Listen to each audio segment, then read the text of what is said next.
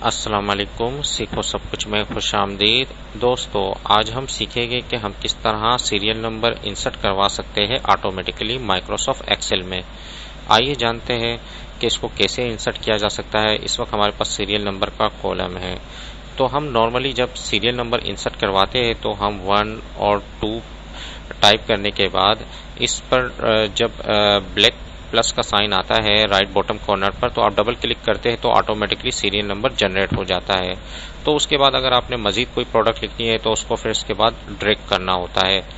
तो उसके बाद आपका ये जो सीरियल नंबर है वो ऑटोमेटिकली जनरेट नहीं होता, आपको हर बार ड्रैग कर नीचे लाना होगा सीरियल नंबर जनरेट करने के लिए।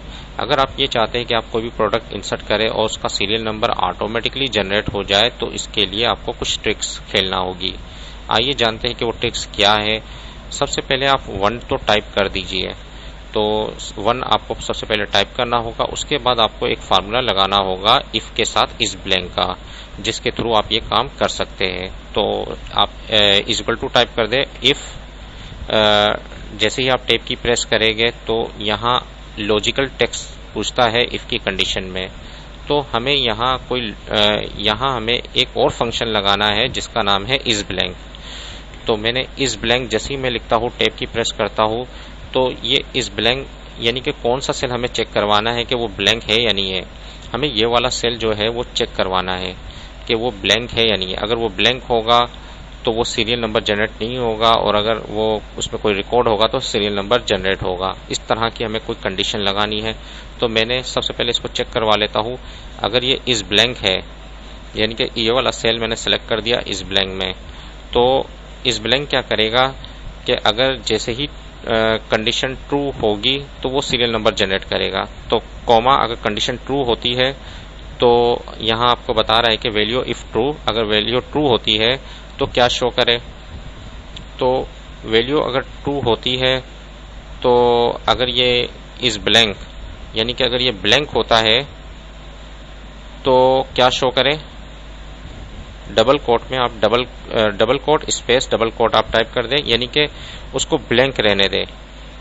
अदरवाइज अगर वो ब्लैंक नहीं है, अगर इस ब्लैंक में ये वाली वैल्यू जो है वो ब्लैंक नहीं है, तो फिर क्या शो करे। अगर यानी कि वैल्यू फॉल्स हो जाएगी तो उसके बाद क्या शो करे। उसके बाद ये शो करे कि ये वाला जो सीरियल नंबर है इस पर प्लस कर दे 1 को। तो मैंने ब्रैकेट को क्लोज करा दिया। तो आइए इस वक्त आप इसको समझ लीजिए कि इफ का हमने एक फंक्शन यूज किया, जिसमें इस ब्लैंक का एक फंक्शन हमने लॉजिकल टेक्स्ट में यूज कर लिया कि अगर ये वाली जो वैल्यू है वो ब्लैंक है, अगर वो ब्लैंक होगी तो कंडीशन ट्रू हो जाएगी, ट्रू होगी तो वो ब्लैंक शो कर दे। और अगर इसमें कुछ रिकॉर्ड होगा इस वाली वैल्यू में, अगर ये ब्लैंक नहीं है तो ये फॉल्स होगी तो ये वाली वैल्यू शो हो जाएगी। तो जिसमें ये होगा कि अगर रिकॉर्ड होगा तो इस वाले सेल में हमने प्लस करवा दिया तो यहाँ यानी कि 2 आ जाएगा। तो इस तरह की हमने एक कंडीशन लगा दी। जैसे ही मैं इसको इंटर करता हूँ तो आप देखेंगे कि 2 आ गया। अब इसको कॉपी कर लीजिए।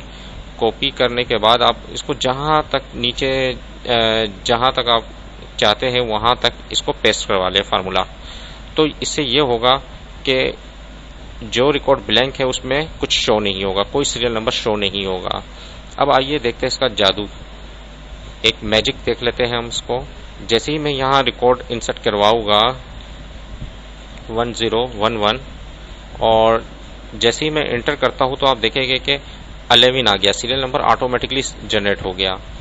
और अगर मैं इसको यहाँ से ड्रैग कर नीचे की तरफ लाता हूँ तो आप देखते जाइए कि सीरियल नंबर ऑटोमेटिकली जनरेट हो रहा है। आपको करने की जरूरत नहीं है, आपने क्योंकि वो पेस्ट कर दिया है फार्मूला नीचे तक जहां तक आप चाहे वो आप पेस्ट कर दे। जब आप रिकॉर्ड इंसर्ट करेंगे तो क्या होगा कि ये वाले सेल में जैसे ही कोई आप रिकॉर्ड टाइप कर इंसर्ट करेंगे तो सीरियल नंबर ऑटोमेटिकली आता जाएगा। तो इस तरीके से आप सीरियल नंबर ऑटोमेटिकली जनरेट कर सकते हैं माइक्रोसॉफ्ट एक्सेल में। तो दोस्तों, उम्मीद है कि ये वीडियो आपको बहुत पसंद आई होगी। लाइक और सब्सक्राइब करना मत भूलिएगा।